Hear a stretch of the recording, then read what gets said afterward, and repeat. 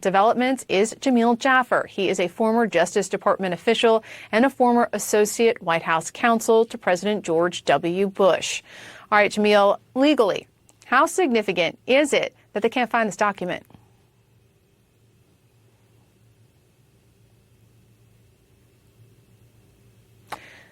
I think we may have. All right, I'm going to try one more time.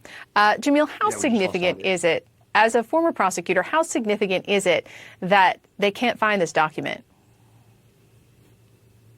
Well, Paula, obviously it's a big deal that they can't locate the document and that they don't have their hands on it. Now, they have the president obviously saying that he had the document, suggesting that he may have taken it out and knowingly possessed it even after being asked for it back. The key issue here, Paula, is that the Espionage Act prohibits anyone from taking national defense information, keeping it in their possession, and then not returning it when asked. That's part of the challenge the president faces. It's not just the Presidential Records Act. It's also this issue of the Espionage Act, knowing you have this information and keeping it when you've been asked for it back.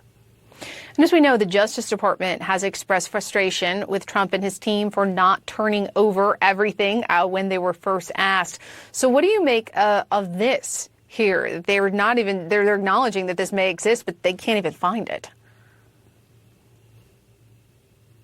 Well, that is what's really interesting about this. The question is, what happened to this document? Did the president have it in his possession in the first place? Was he just sort of saying it without actually having it? On the tape, I haven't heard the tape, but based on the reporting we've seen, it sounds like he's rustling some sort of paper in his hand. He may very well have it on him. If he did, what happened to it then? We know that we've heard there are videos of boxes being moved. We know the president has a penchant, Paula, for flushing documents down the toilet, chewing them up and cutting them into pieces. So we don't really know for sure. But the big question is, did he have this document? What did he do with it? And why doesn't the government have it back? Another important aspect of this recording from our reporting this week is that he sort of concedes that he does not have the power to declassify things. That undercuts all of the public explanations, all the public defenses. So what defense is left at this point for retaining defense secrets, classified information, and presidential records? Yeah, Paul, it's really hard to imagine what good defense he has remaining. I mean, look, the president certainly can, when he's in office, make the decision to declassify. He can't do it just by thinking about it. He can't do it just by walking out of the residence or wherever it might be. He has to make a decision, has to tell somebody about it, write it down, do something affirmative. He didn't do any of those things here. Now he's got these after-the-fact justifications, none of which are valid, to be really clear. And so if he did, in fact, remove these documents, and they were at Mar-a-Lago, as we know they were, and he knew they were there, didn't turn them over, that subjects him to liability. It's going to be very hard for the Justice Department to not prosecute him at this point going forward. And Trump also weighed in on his former vice president, Mike Pence, not facing charges for his handling of classified documents, saying in part, quote, just announced that they are not going to bring charges against Mike Pence on the document hoax. That's great. But when am I going to be fully exonerated? I'm at least as innocent as he is. Now, that, of course, flies in the face of the public facts. But does this decision about Mike Pence, is it relevant to the Trump case at all?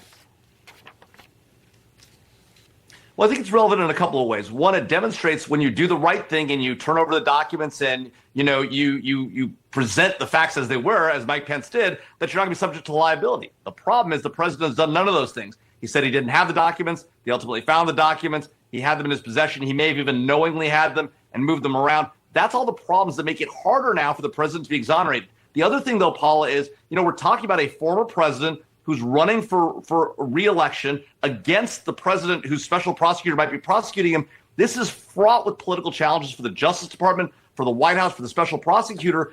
And Pence, having now been exonerated, makes it even harder to bring charges against President Trump because he says, look, you're already letting one guy go. Why am I being targeted? It helps his case that he's the target and it's not about what it is, which is he retained classified documents improperly. Well, given what we now know, especially this week after our reporting here at CNN about the Trump investigation, how likely is it that he will face criminal charges in the special counsel's investigation into Mar-a-Lago? Well, look, I think it's pretty likely he's going to face charges. The question is just as when and how hard they push, because, again, with all the politics of this, we're coming up to a presidential election. He's a former president. President Biden's in the White House right now, and it's his special prosecutor. This is a very difficult challenge, but I think they have almost no choice at this point but to bring charges, given what we know of the facts at this point. Jamil, Jaffer, thank you.